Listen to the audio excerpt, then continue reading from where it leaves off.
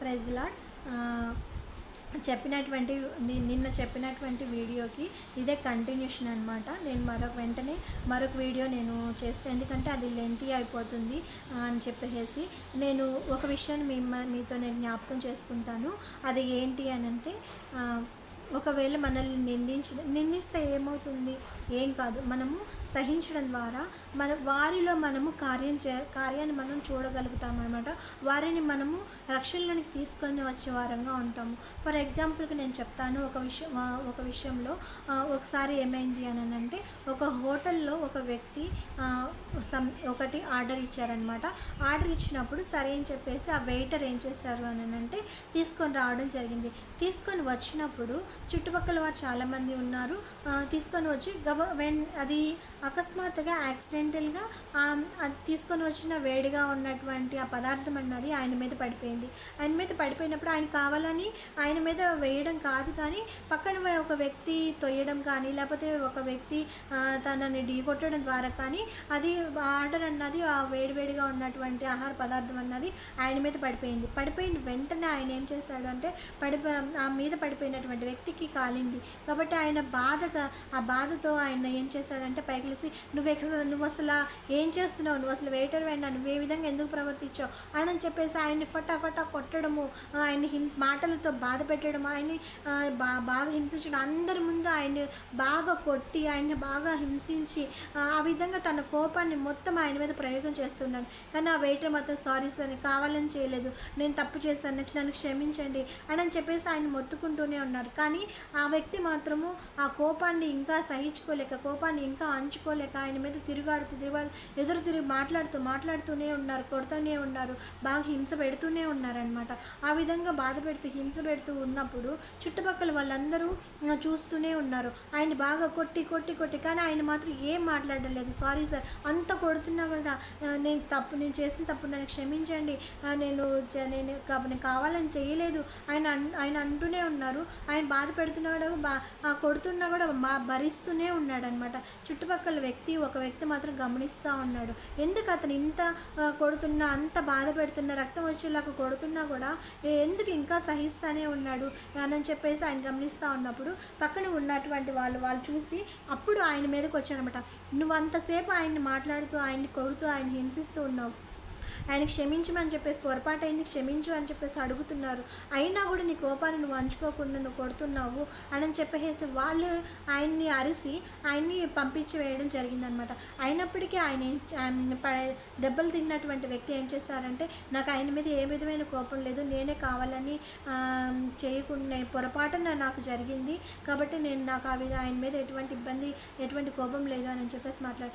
ఇంత సహనము, ఇంత ఓర్పు, ఇంత ఎట్లా వచ్చింది అని చెప్పేసి ఒక వ్యక్తి వచ్చి అడిగినప్పుడు నేను క్రీస్తుని తెలుసుకున్నాను. ఒకప్పుడు నేను అంతకన్నా ఎక్కువ కోపంగా ఉండేవాడిని, కానీ నేను ఎప్పుడైతే దేవుళ్ళలోనికి వచ్చానో, దేవుని ప్రేమను మనం గుర్తెరిగానో, అప్పుడు నాలో ఉన్నటువంటి కోపం అన్నది దీర్ఘశాంతంగా మారింది. ఎదుటి వ్యక్తి నన్ను ఎన్ని మాటలన్నా, ఎంత బాధ పెట్టినా నేను ఒక్క మాట కూడా ఎదురు తిరిగి మాట్లాడకూడదు.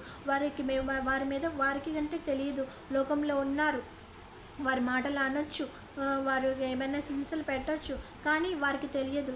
కాబట్టి నాకు తెలుసు, కాబట్టి నేను వారి మీద కోపపడకూడదు అని చెప్పేసి నేను దీర్ఘశాంతం వహించాను అని చెప్పేసి అన్నప్పుడు ఆ వ్యక్తి అప్పుడు తనలో ఓకే, ఈ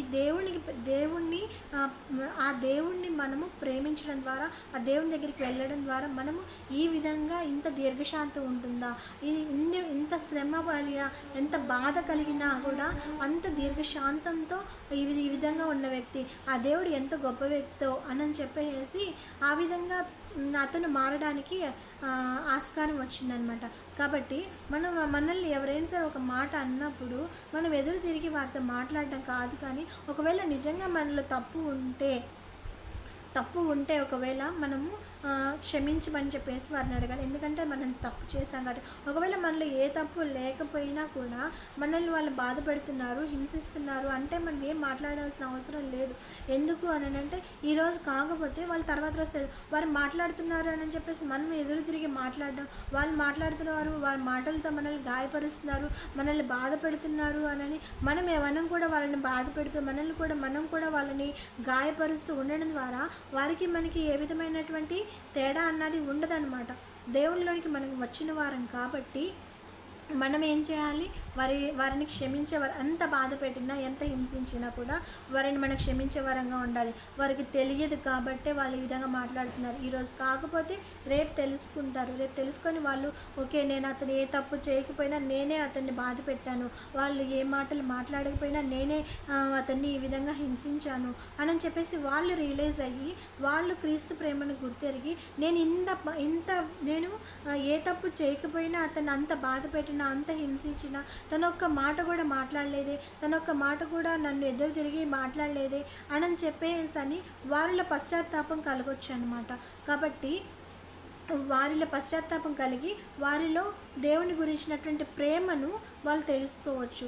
దేవుణ్ణి వాళ్ళు ప్రేమించడం ద్వారా ఈ విధంగా అతను ఉన్నాడా అని చెప్పేసి ఆ విధంగా మనం తెలుసుకోవచ్చు. కాబట్టి ఒక వ్యక్తి మనల్ని బాధ పెట్టాడు, ఒక వ్యక్తి మనల్ని హింసించారు అని చెప్పేసి మనం వాళ్ళని ఎదురు తిరిగి మాట్లాడే వారంగా ఉండకూడదు. నాకు నిన్న జరిగిన విషయం నేను చెప్తాను.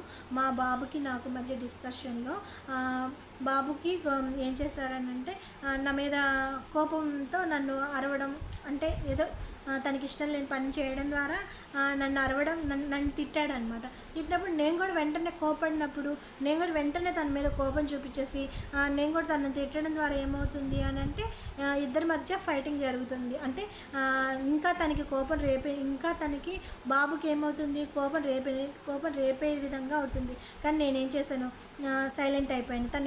తను నన్ను అరిసినా కూడా తను చిన్నవాడు కదా, తనకు తెలియదు కదా, చిన్నపిల్లోడు అని చెప్పేసి నేను తను నా మీద కోపపడినా కూడా నన్ను ఒక దెబ్బ అట్లా వేసినా కూడా నేనేం చేశాను అని అంటే సైలెంట్ అయిపోయాను. ఏం మాట్లాడలేదు. తనతో మామూలుగానే ప్రేమగానే నార్మల్గానే ఉన్నాను అనమాట. ఆ విషయం చూసి వెంటనే బాబు ఏం చేశాడంటే నా దగ్గరికి వచ్చి సారీ మమ్మీ నేను నిన్ను అరిశాను అని చెప్పేసి నా దగ్గరికి వచ్చి నన్ను హగ్ చేసుకున్నారు. కాబట్టి మనం కూడా లోకస్తులతో ఈ విధంగానే ఉండాలి.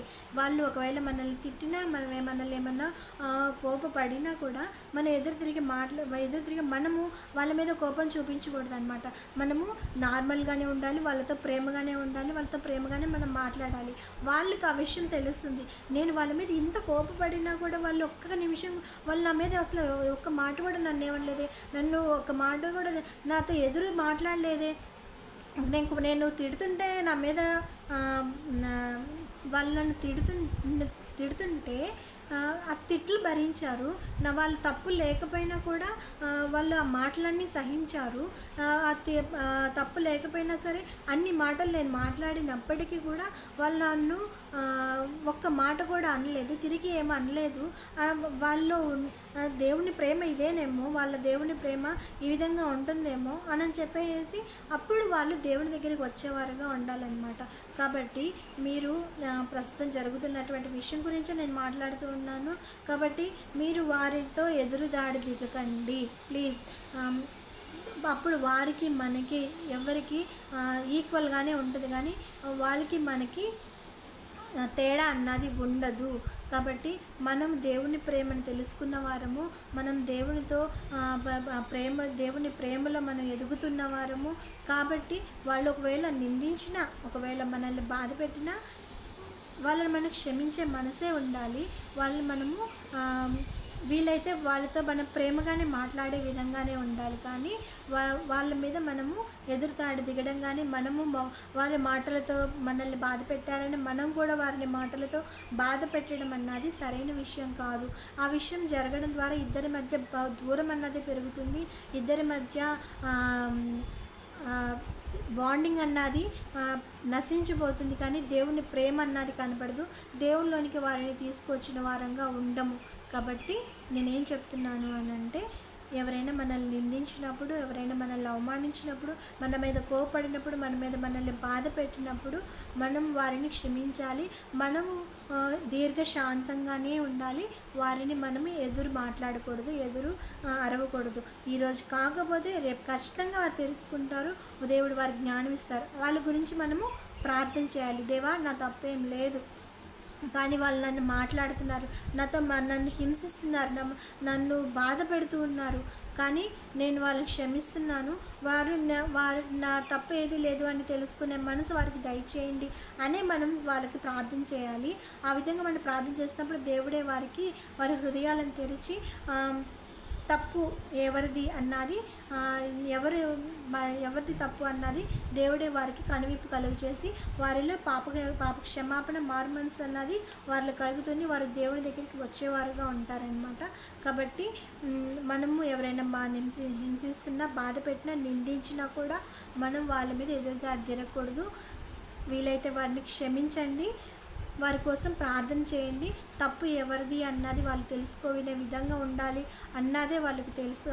ఆ విధంగానే మనం ప్రార్థన చేయాలి. కానీ వాళ్ళు మాట్లాడుతున్నారని మనం ఎదురు మాట మాట్లాడకూడదు, ఎదురు దాడి చేయకూడదు అన్నది నేను కోరుకుంటూ ఉన్నాను. మరొక వీడియోతో మళ్ళీ కలుద్దాం. అంతవరకు ప్రైజ్ ది లార్డ్.